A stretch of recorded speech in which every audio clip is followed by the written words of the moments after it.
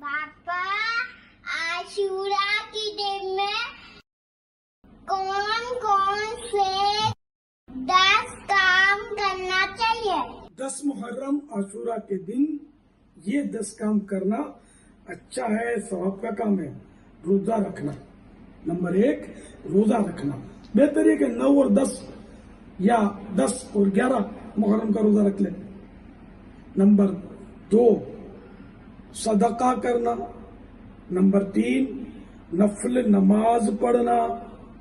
Number 4 1000 मरतबा कुल हुवल्लाह शरीफ पढ़ना।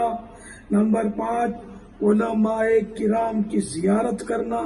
नंबर 7 यतीम के सर पर हाथ फेरना।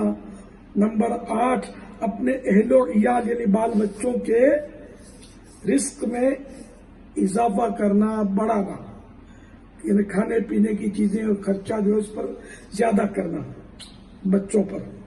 अपने अहलो इयाल यानी बाल बच्चों वगैरह के खाने पीने वगैरह में इजाफा करना, यानी बढ़ाना।